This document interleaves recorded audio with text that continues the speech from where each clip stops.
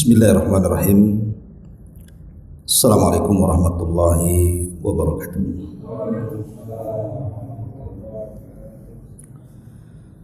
Alhamdulillah wassalatu wassalamu ala Rasulillah wa ala alihi wa sahbihi wa mawalah wa la hawla wa la quwwata illa billahi wa ba'du. Alhamdulillah, segala puja dan puji hanya milik Allah Jalla fi'ulam. Salat dan juga salam kita hadiahkan kepada Rasul kita Nabi besar Muhammad sallallahu alaihi wa ala alihi wasallam. Hadirin dan hadirat rahimani wa rahimakumullah. Pembahasan di malam hari ini biasa kita akan membahas nasihat-nasihat ringan tentang beberapa kebiasaan buruk yang kita terkadang lakukan di rumah-rumah kita,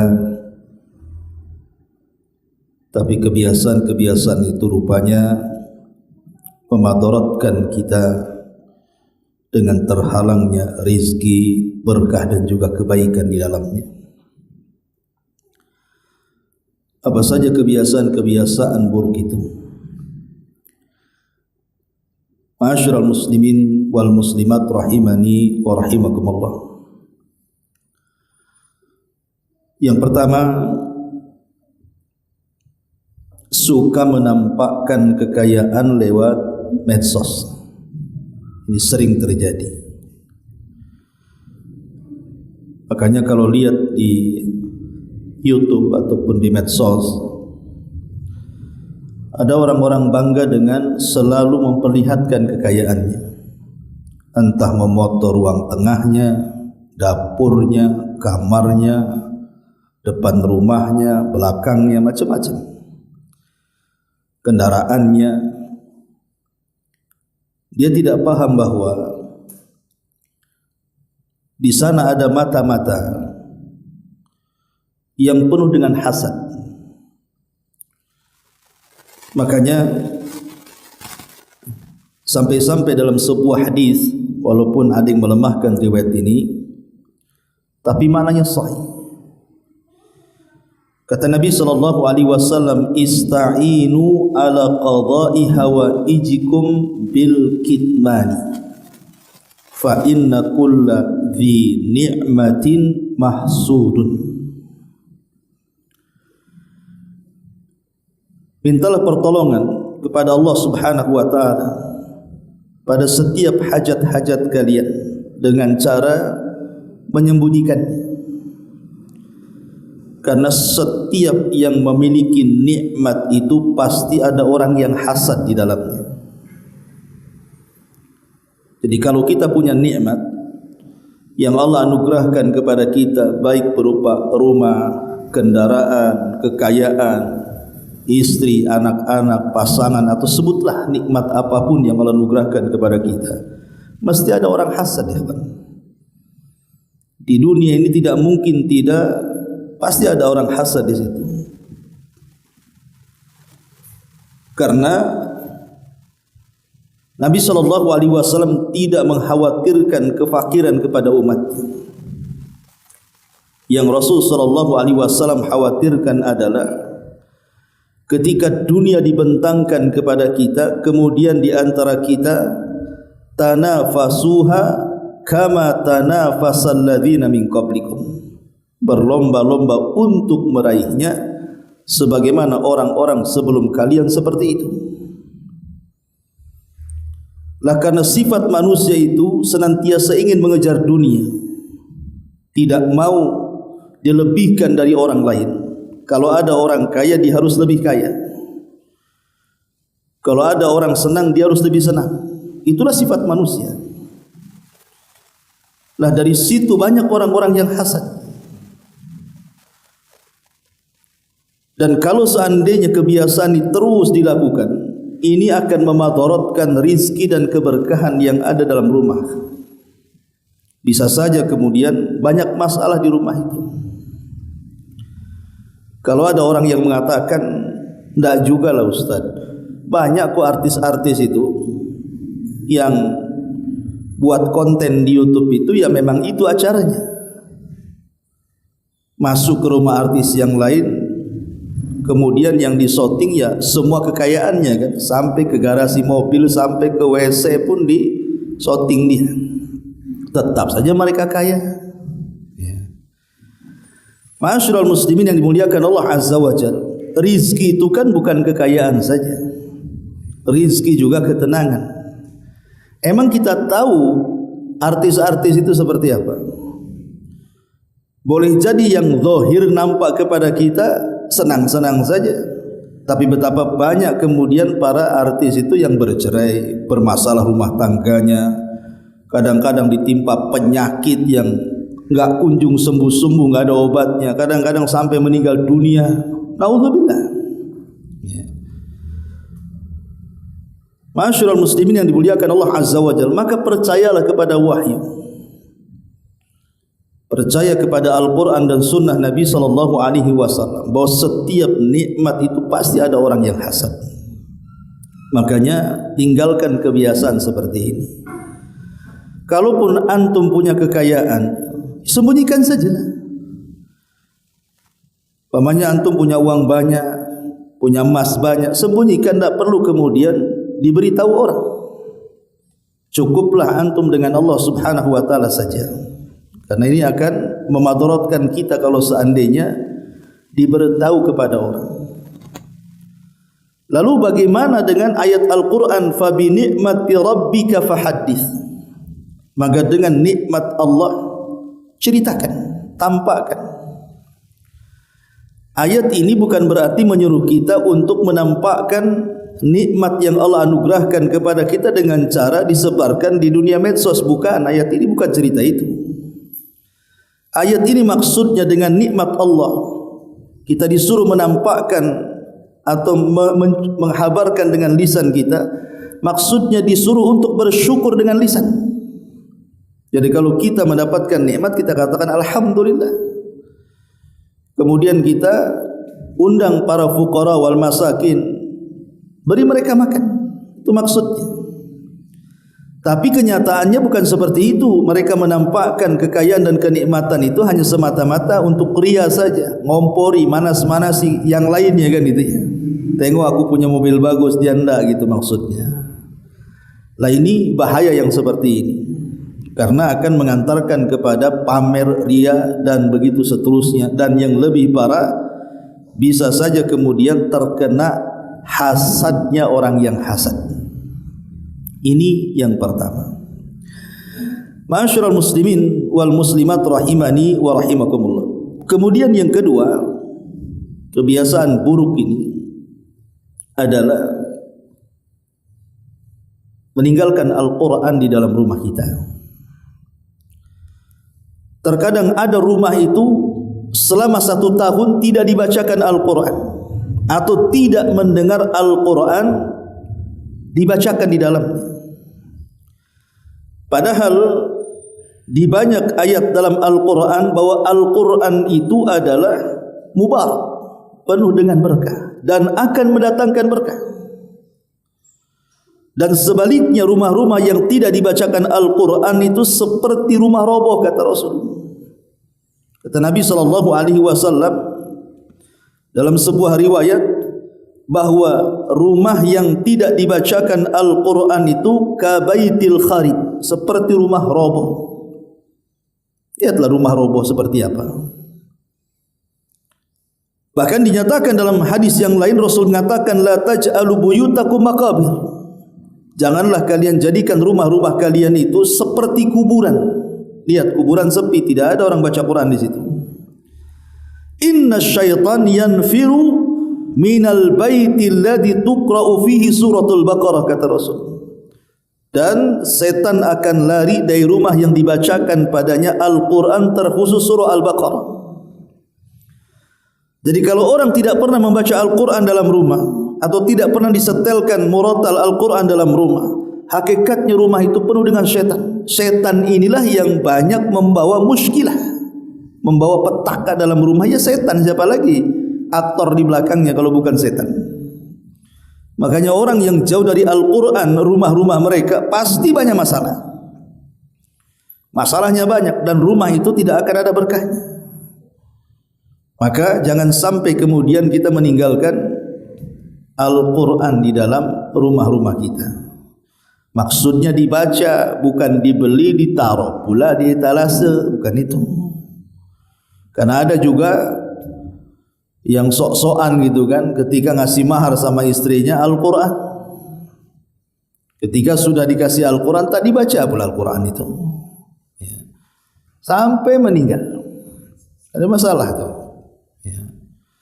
Kita ini sekarang krisis buta huruf ya terhadap Al-Quranul Karim. Banyak orang-orang tua yang usianya sudah di atas 40 itu masih belum sanggup membaca Al-Quran dengan baik. Bahkan sebagian mereka tak bunyi karena tak bisa baca. Sementara KTP mereka Muslim kan gitu.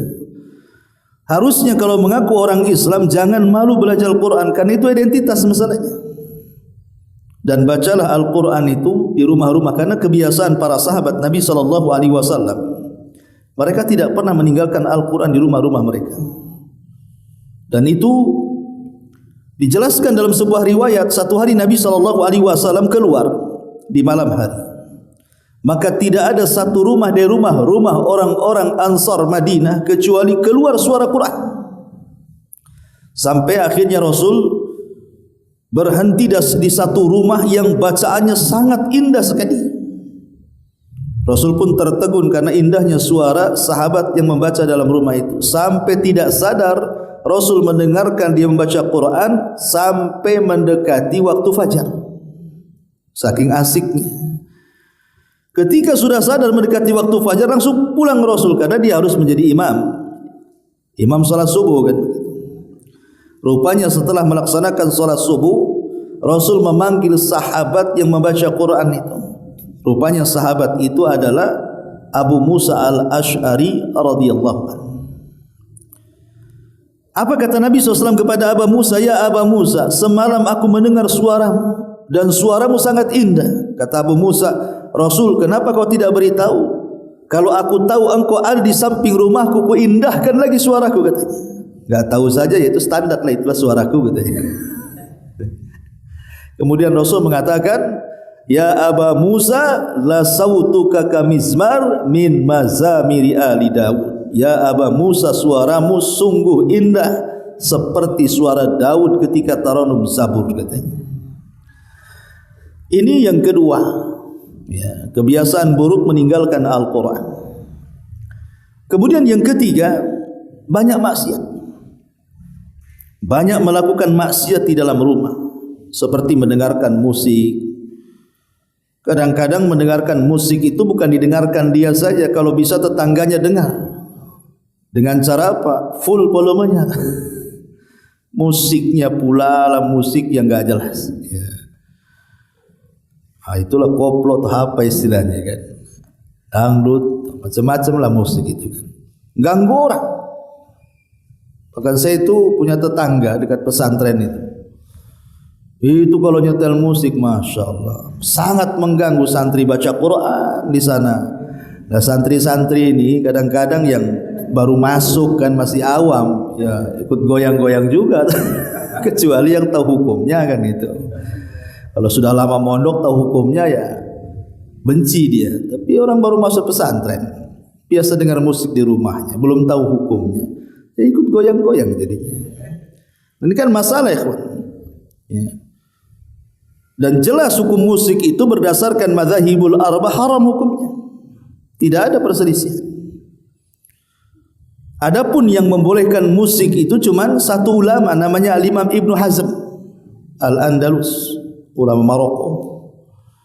Itu melemahkan hadis yang ada dalam Sahih Bukhari. Tetapi para ulama mengkritik dia. Bahkan jumhurul ulama mengharamkannya. Dan penyelisihan Ibnu Hazm itu tidak dianggap. Ma'asyiral muslimin yang dimuliakan Allah Subhanahu wa taala. Intinya bahwa jangan melakukan maksiat mendengarkan musik, karena kalau orang sudah mendengarkan musik pasti dia benci Quran. Orang kalau sudah suka dengan musik pasti akan dibencikan Al-Quran. dan akan sedikit berzikir kepada Allah Subhanahu wa taala dan akan malas ibadah. Coba saja. Orang-orang yang gemar mendengarkan musik, maka dia tidak suka baca Quran, tidak suka berzikir dan malas ibadah. Karena memang musik itu dari syaitan, ya kawan. Itu dari syaitan. Nabi SAW sampai mengatakan, nanti di akhir zaman ada orang-orang yang yastahillunal hirra wal harir wal khamra wal ma'azib. Akan datang masanya satu zaman, kata Rasul, orang-orang yang menghalalkan zina, sutra, khamr dan juga alat-alat musik. Dan zamannya ini sekarang yang disabdakan Nabi SAW. Atau maksiat-maksiat yang lain, bergibah dalam rumah, ya, ataupun kemudian mencaci maki orang di dalam rumah, dan begitu seterusnya. Kebiasaan-kebiasaan maksiat dalam rumah, minum khamar dalam rumah, berzina dalam rumah, naudzubillah. Nabi SAW mengatakan dalam sebuah hadis yang dikeluarkan Imam Ibnu Majah dari Abdullah, dari hadis Thauban radhiyallahu anhu, kata Nabi SAW, la yazidu fil umri illa albir wa la yaruddal qadar illa du'a wa innar rajul, di sini syahidnya, wa innar rajula la yuhramur rizqu bi dzambin yusibu.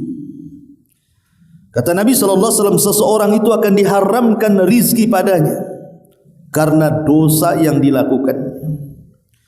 Lihat yang dikatakan Imam Ibnul Qayyim rahimahullahu ta'ala dalam kitabnya Jawabul Kafi, sangat indah sekali. Apa kata beliau? Kata beliau, wa min uqubatiha annaha tamhaku barakatal umri wa barakatal rizki wa barakatal ilmi wa barakatal amali wa barakatat ta'ati wa bil jumlati annaha tamhaku barakatad dini wad dunya. Kata Imam Ibnul Qayyim rahimahullahu ta'ala, yang namanya maksiat itu dipastikan menghilangkan barokah umur, barokah rizki, barokah ilmu, barokah amal, barokah taat, atau secara global menghilangkan barokah dunia dan akhirat, katanya. Maka tinggalkanlah maksiat-maksiat dalam rumah ini. Ini bisa membawa masalah dalam rumah itu. Ini kebiasaan yang ketiga. Kemudian kebiasaan yang keempat adalah suka tidur terlalu lama, mulai dari malam sampai terbit matahari. Terkadang tidak bangun di waktu subuh, atau kadang-kadang bangun di waktu subuh, tidur lagi pula dia sampai jam 7, jam 8 baru bangun. Ini kebiasaan, Bu. Karena kita tahu bahawa waktu yang sangat diberkahi atas lisan Nabi SAW adalah waktu setelah subuh sampai terbit matahari. Maka orang yang membiasakan tidur setelah subuh sampai terbit matahari, maka hakikatnya dia menghilangkan berkah pada dirinya, keluarganya, hartanya, usahanya dan kehidupannya. Kata Nabi SAW dalam hadis yang sahih, Nabi mengatakan, Allahumma barik li ummati fi bukuriha. Ya Allah, berkahi umatku di waktu paginya. Makanya Rasul kalau mengutus sebuah sariyah, pasukan tanpa dipimpin dia, maka dia akan mengutus di waktu subuh. Karena itu waktu berkah. Dan Rasul banyak dimenangkan dalam peperangan di waktu ini. Karena di situ ada angin sopan. Dan juga apa kata Imam Ibnul Qayyim, perhatikan beliau mengatakan, naumus subhati yamna'ur rizqa li'anna dzalika waqtu tutlabu fihi al-khaliqatu arzaqaha wa huwa waqtu qismatil arzaq. Kata Imam Ibnul Qayyim dalam kitabnya Zadul Ma'ad, tidur subuh itu bisa mencegah rizki. Karena pada waktu itu Allah Subhanahu wa ta'ala sedang membagi-bagikan rizkinya. Jadi kalau Allah membagi-bagikan rizkinya di waktu itu, kemudian kita tidur, ya sama saja kemudian kita tidak mendapatkan rizki itu. Makanya apa dikatakan oleh Al-Hafidh Ibnu Hajar dalam kitabnya Fathul Bari juga mengatakan, wa qad warada anna ar-rizqa yaqsimu ba'da salati subhi wa anna al-a'mala tarfa'u akhiran nahari faman kana hina idzin fi ta'atin burika fi rizqihi wa fi amalihi. Kata Al-Hafidz Ibnu Hajar rahimahullahu taala, dan sungguh rizki itu dibagi setelah subuh, sebagaimana amal itu diangkat di akhir siang, maksudnya sore hari. Maka barang siapa menghabiskan dengan ketaatan, maka akan diberkahi rizki dan amalannya. Maka kebiasaan buruk tinggalkan, jangan suka tidur selepas subuh, kecuali kalau memang kita ini berhajat untuk tidur karena capeknya badan, mungkin malam sampai melembur kerjanya, ya tidak ada masalah. Kalau memang ada dzurub, ada hal-hal yang bisa kemudian menghalangi dia tidak bisa melek matanya, harus tidur karena lelah letihnya, tapi jangan dijadikan kebiasaan maksudnya. Kalau dijadikan kebiasaan, maka akan menghilangkan barokah dalam kehidupannya.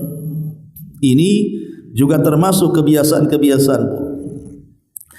Kemudian juga kebiasaan-kebiasaan buruk itu yang seterusnya adalah terkadang orang ini tidak bisa melupakan hal-hal yang telah lalu dan selalu bingung menghadapi hal-hal yang belum terjadi. Itu karena kurangnya tawakal biasanya. Pamannya dulunya pernah sukses kemudian bangkrut, mikir terus, napalah saya bangkrut gitu. Dulunya pernah kemudian kaya kemudian miskin, mikir saja, kenapa saya bisa miskin. Atau dulunya mantan pejabat kemudian dia pun sudah tidak menjabat, terkadang belum terima tuh, seolah-olah masih menjabat saja dia. Sehingga kadang-kadang baju dinasnya masih dipakai aja padahal sudah pensiun karena belum apa namanya, belum terima kan gitu. Kadang-kadang mantan jenderal, mantan ini udah purnawirawan aja kayaknya masih jenderal dia, masih nunjuk-nunjuk orang aja padahal sudah jadi masyarakat. Ya. Ada orang-orang yang enggak terima tuh, akhirnya dipikir atau mungkin dulu dia naksir orang, kemudian keburu diambil orang. Ya, naksir perempuan, pengennya dilamar dia, rupanya dilamar orang, kepikiran aja, akhirnya enggak mau kawin. Ya, kutunggu jandanya, suaminya tak mati-mati pula. Masalah itu tuannya. Ya. Ada orang-orang itu yang banyak mikir perkara-perkara lampau, dipikir-pikir dia. Padahal sudah yang sudah-sudah. Jangan mikir perkara-perkara yang sudah terjadi. Atau terkadang mikir perkara yang akan datang yang belum terjadi sudah dipikir sama dia tuh. Mana nasib anak saya ini? Gimana nasib perusahaan saya ini? Gimana nasib saya ini? Nasib itu loh yang menentukan Allah. Kok kita mikir nasib kita? Jadi ada orang itu yang terlalu mikir masa depan sampai akhirnya stres dia. Ma'asyiral muslimin yang dimuliakan Allah Azza wa Jalla, ingat ketika Nabi SAW mengajarkan sebuah doa kepada Abu Umamah. Jadi ketika satu pagi di waktu duha, Nabi SAW tergerak langkahnya untuk menuju masjid. Entah apa yang mendorong Rasul datang ke masjid itu. Jalan aja Rasul ke masjid, rupanya dalam masjid gak ada orang kecuali ada satu sahabat namanya Abu Umamah. Dilihatnya Abu Umamah kayak stres banget hidupnya tuh. Dirundung dengan banyak masalah. Lihat kan orang bermasalah kan nampak dari wajahnya tuh. Orang senang dengan orang banyak hutang kan nampak kan itu. Senyum aja susah tuh. Tapi kalau orang senang itu kadang-kadang siul gak jelas kan itu ya. Jadi Nabi SAW bertanya kepada Abu Umamah itu, Abu Umamah, ini bukan waktu sholat, ngapain kau di masjid? Kata Abu Umamah, humumun lazimatni wa duyunun ya Rasulullah. Humumun lazimatni, banyak pikiran wahai Rasul, stres, bingung, dan juga hutang yang menumpuk yang ada pada diriku. Kemudian Nabi SAW mengatakan, ya Aba Umamah, maukah ku ajarkan kepadamu beberapa kalimat yang kalau kau baca di pagi dan sore hari, masalahmu akan selesai. Kata Abu Umamah, tentu wahai Rasul, ajarkan kalimat itu. Maka Nabi SAW mengajarkan kepada Abu Umamah, katakan ya Aba Umamah, di pagi dan petang hari, Allahumma inni a'udzubika minal hammi wal hazan, wa a'udzubika minal ajzi wal kasal, wa a'udzubika minal jubni wal bukhli, wa a'udzubika min ghalabatid daini wa qahrir rijal. Artinya, ya Allah, aku berlindung kepadamu dari kegundahan dan kesedihan. Lihat, Rasulullah SAW meminta kepada Allah dalam doa ini yang diajarkan kepada Abu Umamah agar kita berlindung dari dua perkara. Pertama, kegundahan, yang kedua kesedihan. Alham artinya gundah, stres itu karena memikirkan sesuatu yang belum terjadi. Adapun sedih memikirkan sesuatu yang sudah terjadi. Jadi enggak usah dipikir. Ya. Yang sudah terjadi sudahlah, kan begitu. Yang akan terjadi minta kepada Allah. Bukan dipikirin, minta kepada Allah Subhanahu wa taala kebaikan. Jadi pertama kali doa ini diajarkan kepada Abi Umamah adalah berlindung dari dua perkara, kebingungan dan kesedihan. Kemudian kelemahan dan kemalasan. Kemudian juga kepengecutan dan kebakhilan, dan hutang serta terkalahkan jasa manusia kepada kita. Walaupun hadis ini sebagian ulama melemahkan, tapi ada penguatnya dalam riwayat yang lain dengan lafaz yang sama doanya ini. Ya. Ma'asyiral muslimin wal muslimat rahimani wa rahimakumullah. Maka tinggalkan kebiasaan buruk seperti ini. Karena biasanya kalau orang suka mikir-mikir itu melemahkan badan, ikhwan. Orang kalau stres itu lemah badannya, akhirnya banyak penyakit sampai kepada kita. 70% penyakit itu datang dari pikiran biasanya. 30% dari makanan saja. Ma'asyiral muslimin yang dimuliakan Allah Subhanahu wa taala. Kemudian yang selanjutnya adalah orang kadang-kadang suka melihat kekayaan orang. Kemudian timbul dalam hatinya tidak redha dengan pemberian Allah. Jadi ketika melihat tetangganya sukses gitu ya, rumahnya bagus, kendaraannya mewah, tanahnya luas, uangnya banyak, bolak-balik shopping dan begitu seterusnya, sementara dia asik ngontrak saja, ngontrak pun rumahnya diruli, ya. Kadang-kadang usahanya pun asik, ya, sepi, nggak ada sukses-suksesnya, akhirnya memandang tidak redha dia. Rasanya, kenapa Allah tidak adil ya sama saya ini? Kenapa orang itu disenangkan kok saya pula susah terus? Ya. Lah ini pikiran-pikiran seperti ini hilangkan. Karena Nabi SAW mengatakan bahwa innallaha qasama akhlaqakum kama qasama arzaqakum. Ingat, Allah Subhanahu wa taala itu membagi-bagi rizki itu sebagaimana telah membagi akhlak kalian. Jadi rizki itu sudah dibagi-bagi sedemikian rupa oleh Allah Azza wa Jalla dan seadil-adilnya.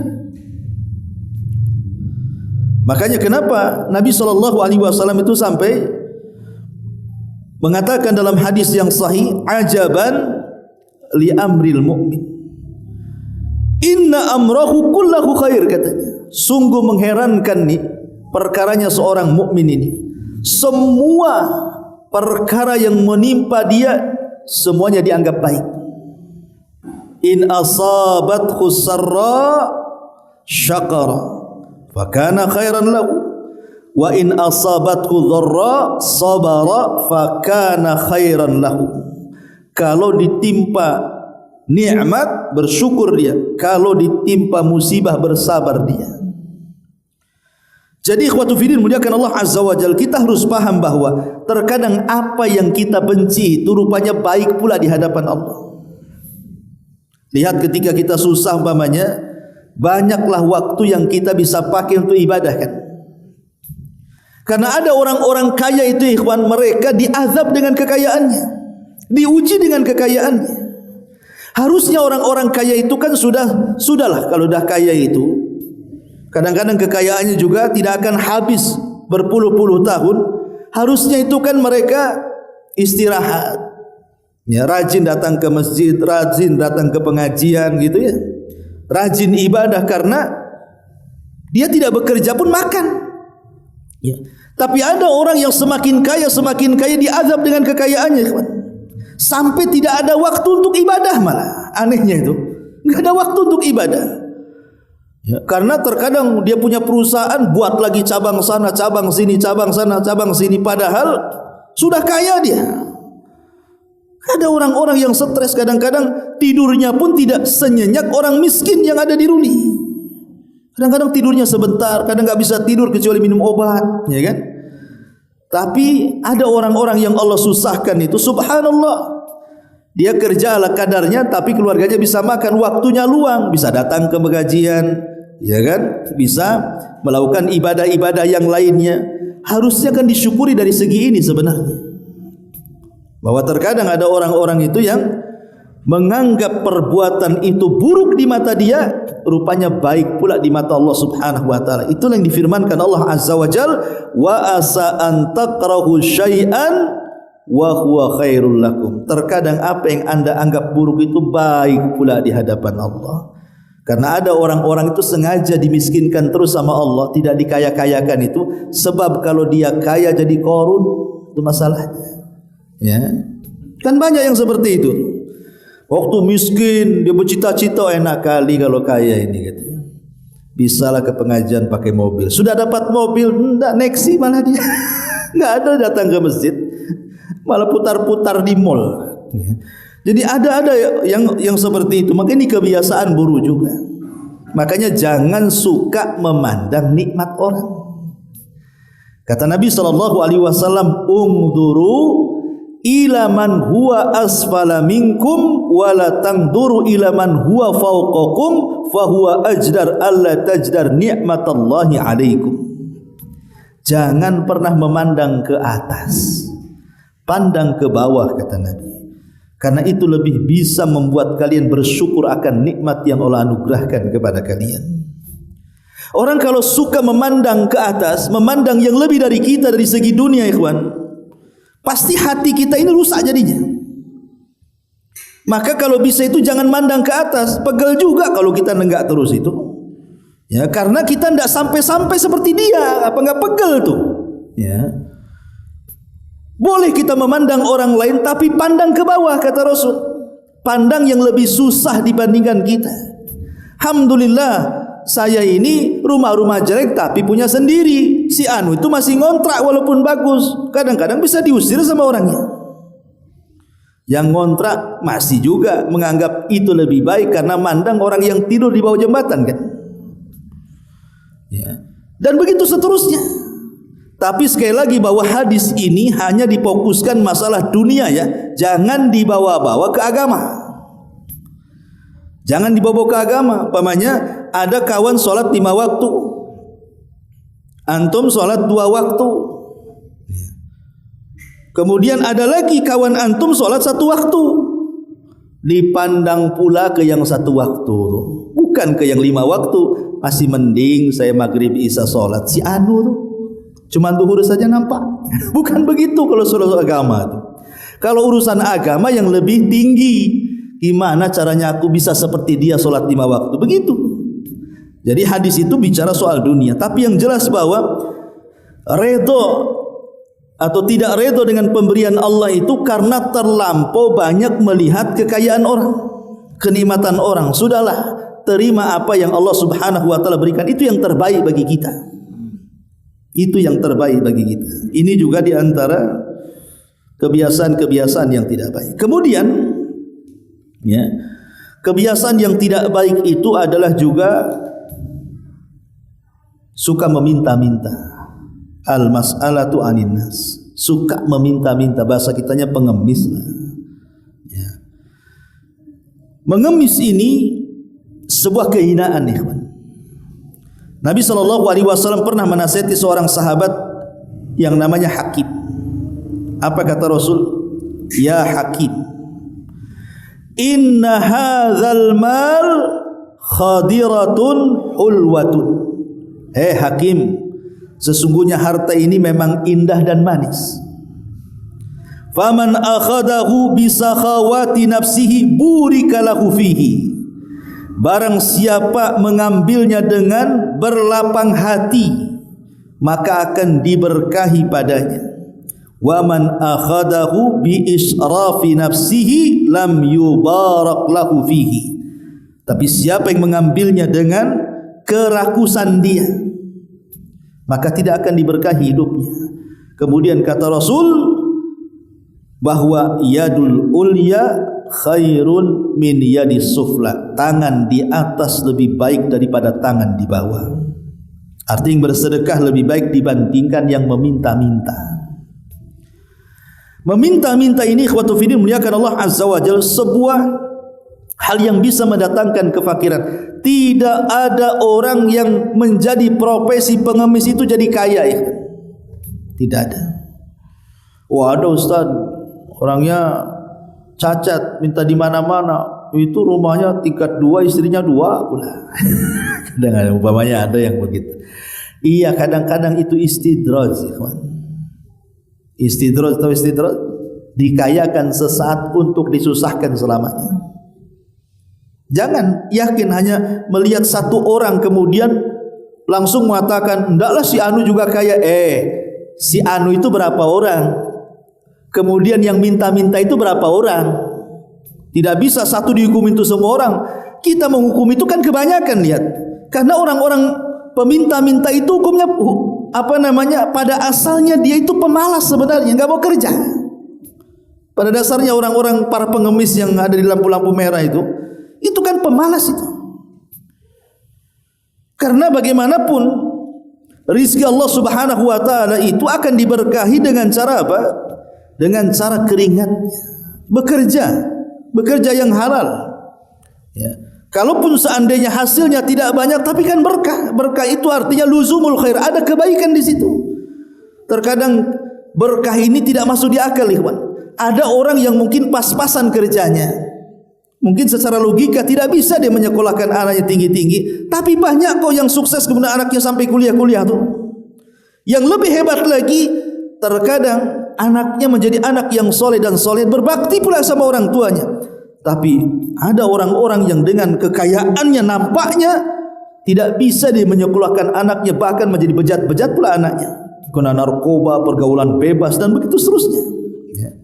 Ma'asyiral muslimin yang dimuliakan Allah Azza wa Jalla, Nabi SAW pernah mengatakan kepada sahabat Qabisah bin Mukharrik Al-Hilali radhiyallahu an, apa kata Rasul? Ya Qabisah, innal mas'alata la tahillu illa li ahadi thalathatin. Hei Qabisah, sesungguhnya mengemis itu tidak halal kecuali hanya untuk 3 orang saja. Kalau ingin jadi pengemis, jadi 3 orang ini. Kata Nabi SAW yang pertama, rajul tahammala hamalatan fahallat lahul mas'alah hatta yusibaha thumma yumsika. Yang pertama, seseorang yang menanggung hutang orang lain. Ia boleh meminta-minta sampai ia melunasinya, kemudian berhenti. Jadi umpamanya kita ini tolong saudara, menolong saudara kita kena musibah. Akhirnya karena kena musibah terpaksalah kita tolong sampai kita hutang-hutang sama orang. Karena kita hutang banyak sama orang, akhirnya apa? Akhirnya kemudian kita bangkrut. Usaha kita bangkrut karena untuk membayar hutang kan gitu. Lah ketika kita jadi miskin gara-gara menolong orang, maka kita boleh meminta-minta tapi sekedarnya saja. Ya, kalau sudah lunas hutangnya ya sudah, jangan minta-minta lagi. Jangan pula akhirnya alih berprofesi, makin keenakan pula dia minta-minta di situ. Ini yang pertama. Yang kedua, wa rajulun asabathu jaihatun ihtajat malahu fahallat lahul mas'alatu hatta yusiba qiwaman min aishin. Yang kedua, seseorang yang ditimpa musibah yang menghabiskan hartanya. Pamannya orang tadinya kaya, datang tsunami, datang gempa, datang banjir, disapu bersihlah itu rumah-rumahnya, akhirnya miskin lagi dia kan. Akhirnya tinggal di pengungsian. Maka yang seperti ini boleh minta-minta karena dapat musibah kan. Tapi kalau sudah Allah berikan rizki, dikembalikan kekayaannya, ya berhentilah. Ya, ini yang kedua. Kemudian yang ketiga, kata Nabi SAW, wa rajulun asabathu faqah hatta yakuma thalathatun min dhawil hijaj min qaumihi. Seseorang yang ditimpa kesengsaraan hidup sehingga ada 3 orang yang berakal dari kaumnya menjadikan saksi bahwa fulan adalah orang miskin.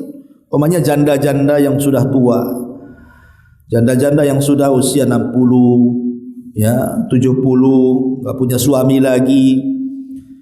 Kemudian juga mau kerja juga enggak kuat lagi karena sudah tua kan itu.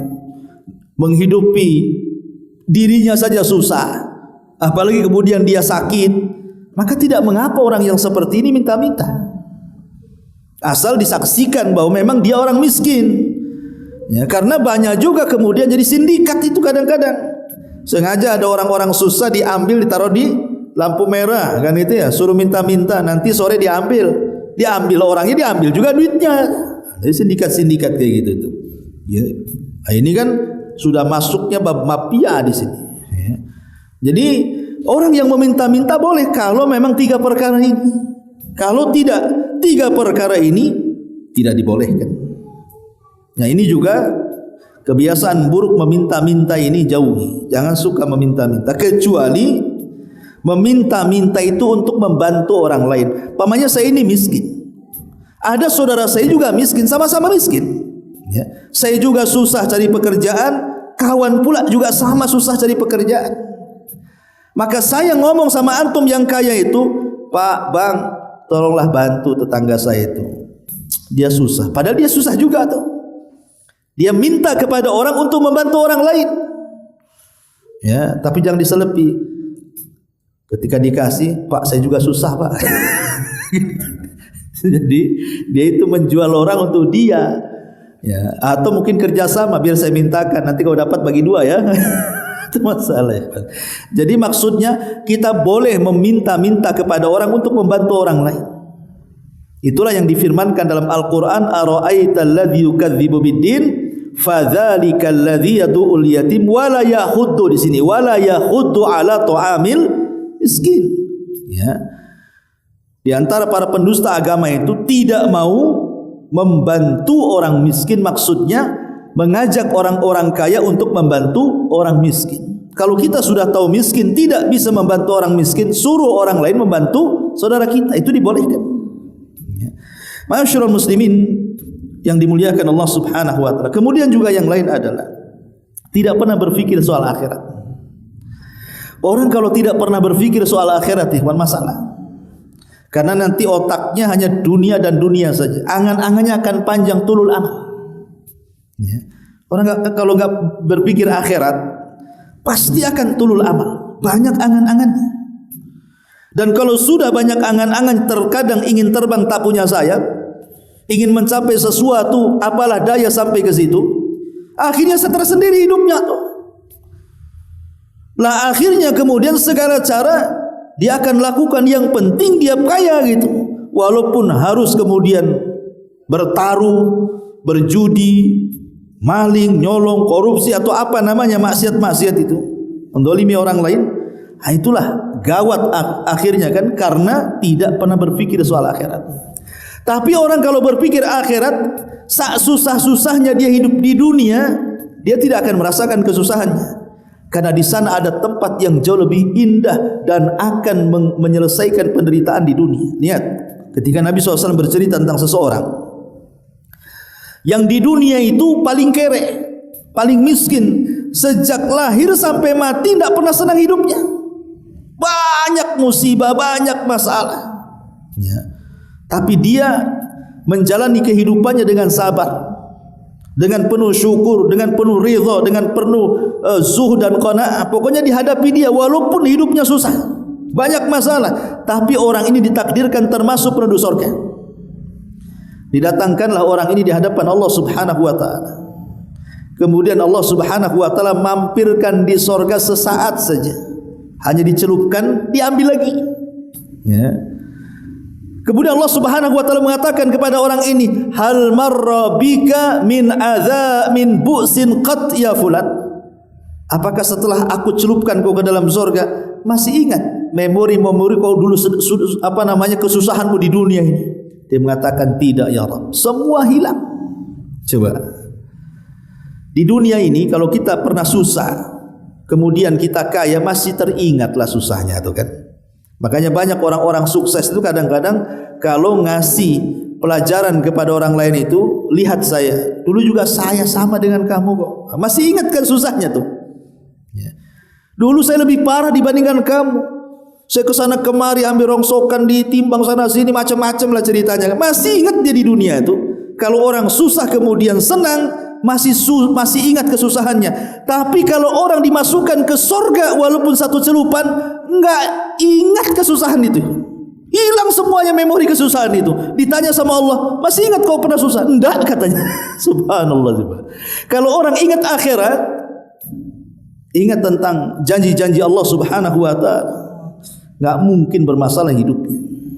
Ya. Ma'asyiral muslimin wal muslimat rahimani wa rahimakumullah. Kemudian juga kebiasaan yang buruk adalah tidak sabar. Ya. Kadang-kadang orang itu tidak sabar. Ketidaksabaran inilah terkadang akhirnya kemudian hidupnya stres, tidak berkah lagi. Padahal kalau dia mau sabar, Allah mengatakan wasbiru innallaha ma'as sabirin. Sabarlah kalian karena Allah itu bersama orang-orang yang sabar. La in sabartum lahuwa khairul lisabirin. Kalau kalian sabar itu lebih baik bagi orang-orang yang betul-betul sabar. Innama yuwaffas sabiruna ajrahum bighairi hisab. Pahala orang sabar itu tanpa batas kata Allah. Jadi kadang-kadang orang tidak sabar, usaha tidak sabar. Ya, sesuatu yang tidak istiqomah pasti tidak akan berhasil. Ibadah saja perlu sabar. Orang kalau sholat tidak sabar tidak khusyuk. Puasa kalau tidak sabar batal dia. Ya. Lah perkara dunia juga sama. Kalau dia tidak sabar, usaha apapun pasti gagal tuh kalau tidak sabar itu. Karena sabar itu kunci kemenangan. Lah sebab diantaranya hilang berkah, hilang rizki, hilang kebaikan itu karena hilangnya kesabaran. Ini juga kebiasaan yang kadang-kadang harus dihilangkan. Biasakan latih supaya kita sabar. Termasuk juga kurang tawakal. Padahal Nabi SAW sampai menjanjikan kepada orang-orang yang bertawakal itu apa? Lau antum tatawakkaluna 'ala Allah haqqa tawakkuli la ruziktum kama yurzaqut tayr yaghdu himasan wa taruhu bitana.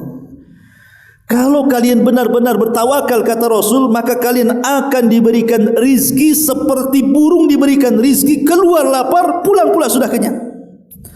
Orang kalau bertawakal, maka hidupnya akan dicukupkan Allah. Wa man yatawakkal 'ala Allah fa huwa hasbuh kata Allah. Siapapun yang bertawakal, hidupnya akan Allah cukupkan. Kadang-kadang kita ini kurang tawakal. Ketika kita kerja di perusahaan, baru ada pengumuman akan terjadi PHK, udah was-was. Gimana kalau saya yang kena nama saya di situ? Makan apa saya di luar tuh? Seolah-olah Tuhan dia itu hanya ada di perusahaan aja, di luar nggak ada Tuhan jadinya. Udah stres duluan kan? Harusnya dia berpikir, ya kalau memang saya ada di orang-orang yang kena PHK, boleh jadi ini skenario Allah. Nah, kan kalau orang yang beriman kan gitu, boleh jadi skenario Allah. Allah mau yang terbaik untuk saya. Bisa saja akan dapat pekerjaan yang jauh lebih baik. Ya.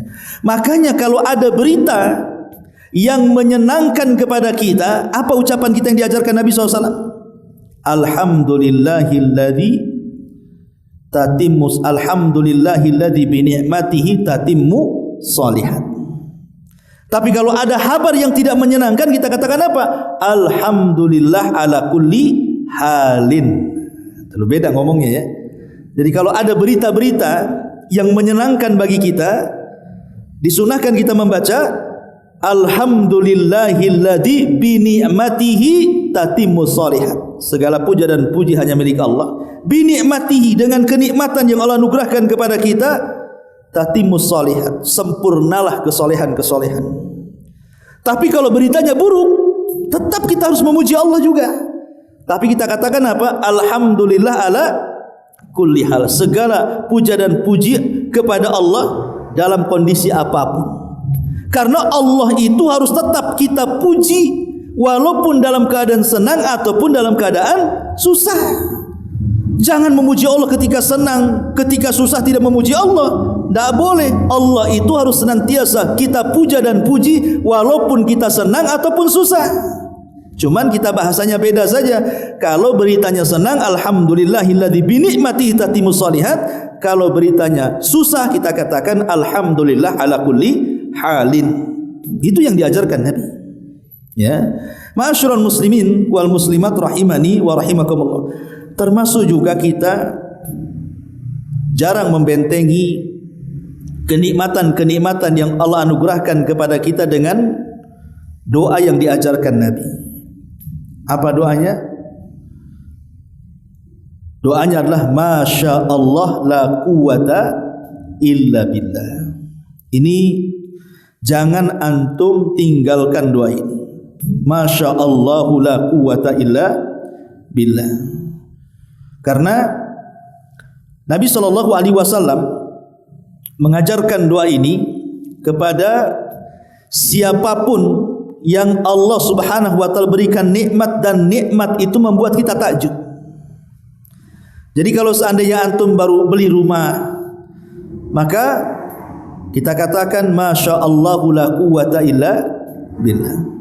Kalau kita baru membeli kendaraan, entah motor, entah sepeda, entah mobil, kita katakan Masya Allah la quwata illa billah. Kalau kita punya anak, kok anak ini cerdas, lucu, cantik, cakep, kita katakan Masya Allah la quwata illa billah. Pokoknya apa aja nikmat, nikmat apapun. Karena dahulu di zaman bahula ya, sebelum Nabi SAW, itu ada satu kisah yang disebut dalam surah Al-Kahfi, namanya kisah Ashab Al-Jannataini. Kisah pemilik dua kebun. Jadi ada dua orang yang berserikat. Dua orang ini berbisnis awalnya. Ingat dalam Al-Quran itu, wa inna minal khulata la yabghi ba'dukum ba'dha. Terkadang orang kalau sudah berserikat, pasti ada yang menzalimi salah satunya. Orang kalau usaha rame-rame, ya kan, entah bertiga, entah berempat, kemudian kumpul modal, kemudian usaha tertentu, itu pasti ada yang masalah tuh satu-satunya. Mesti satunya masalah, satunya tidak, atau dua-duanya masalah. Orang yang berserikat itu pasti ada masalah, kecuali memang Allah rahmatilah kan itu.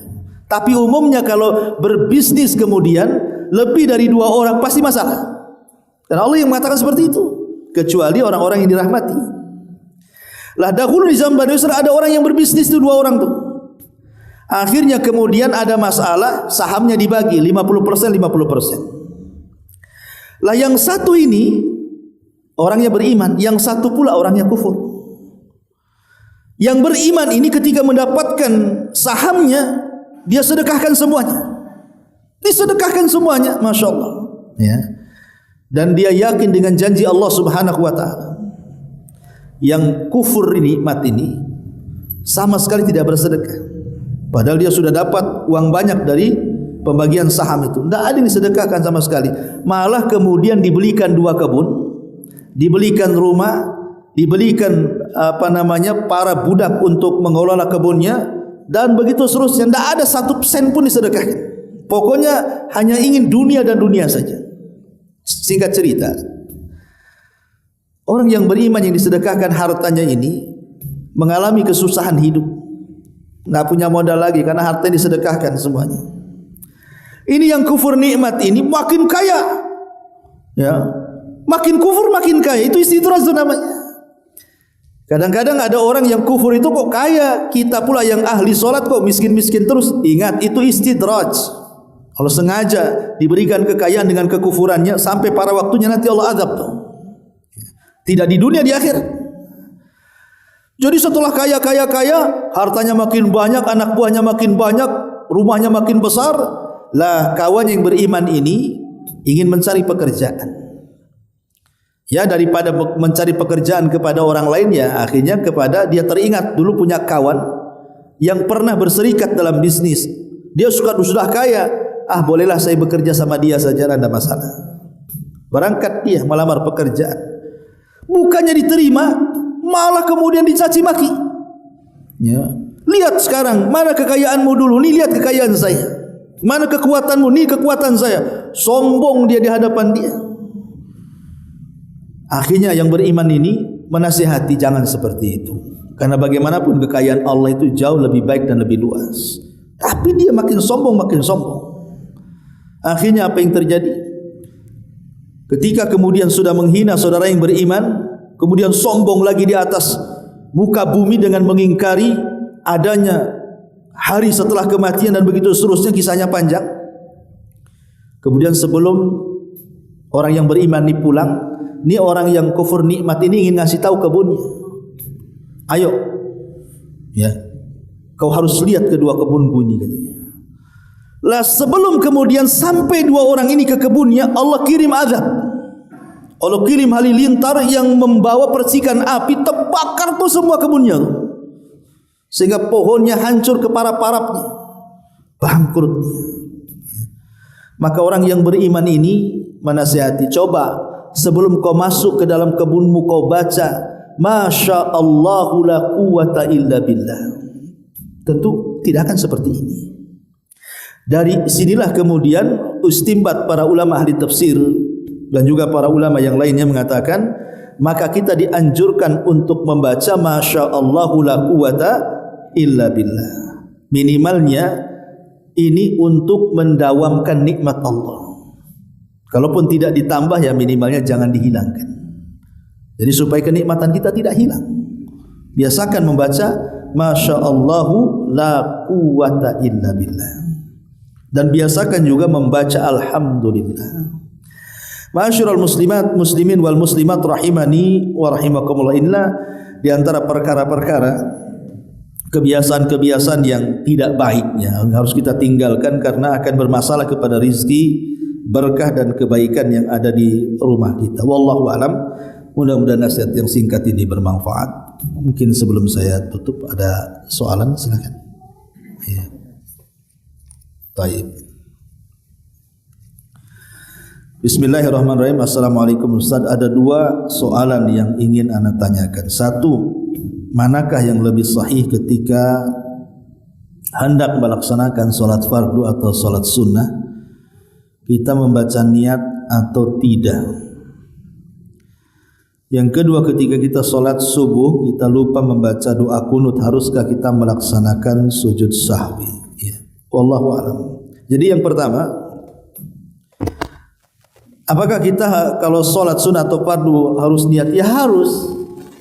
Niat itu rukun, bukan wajib, rukun dia. Rukun ini kalau tidak dilakukan membatalkan ibadah. Lain dengan wajib, kalau tidak dilakukan tidak membatalkan ibadah, tapi dia berdosa. Kalau dalam solat maka harus diganti dengan sujud sahwi. Kalau rukun tidak bisa hanya sekedar melaksanakan sujud sahwi, tapi harus didatangkan rukun yang ditinggalkannya. Lah niat itu rukun, rukun daripada ibadah. Walaupun ada khilaf ulama tentang apakah niat itu syarat ataukah rukun, ini menjadi khilaf ulama. Sebagian mazhab Syafi'i mengatakan bahwa dia adalah rukun, tapi sebagian mazhab Hambali dan yang lainnya dia adalah syarat. Apa bedanya syarat dengan rukun? Sama-sama membatalkan ibadah kalau ditinggalkan sebenarnya. Cuman bedanya syarat itu di luar, rukun itu di dalam. Tapi sama-sama kalau ditinggalkan batal ibadahnya. Ya. Jadi bedanya hanya luar dalam saja, syarat luar, rukun dalam gitu ya. Jadi bagi yang mengatakan syarat seperti mazhab Hambali dan yang lainnya, berarti niat boleh dilakukan sebelum takbiratul ihram. Niat baru takbiratul ihram. Bagi yang mengatakan rukun berarti dia masuk. Jadi niatnya itu beriringan dengan takbir. Sambil takbir dia niat. Nah, gitu maksudnya ya. Nah, itu untuk masukkan niat ke dalam ibadah. Ya. Yang jadi polemik masalah niat itu bukan masalah syarat atau rukun. Itu sudah memang perselisihan ulama. Yang menjadi masalah itu apakah harus dikeraskan atau tidak, itu yang jadi masalah. Ya. Maka niat itu tidak perlu dikeraskan.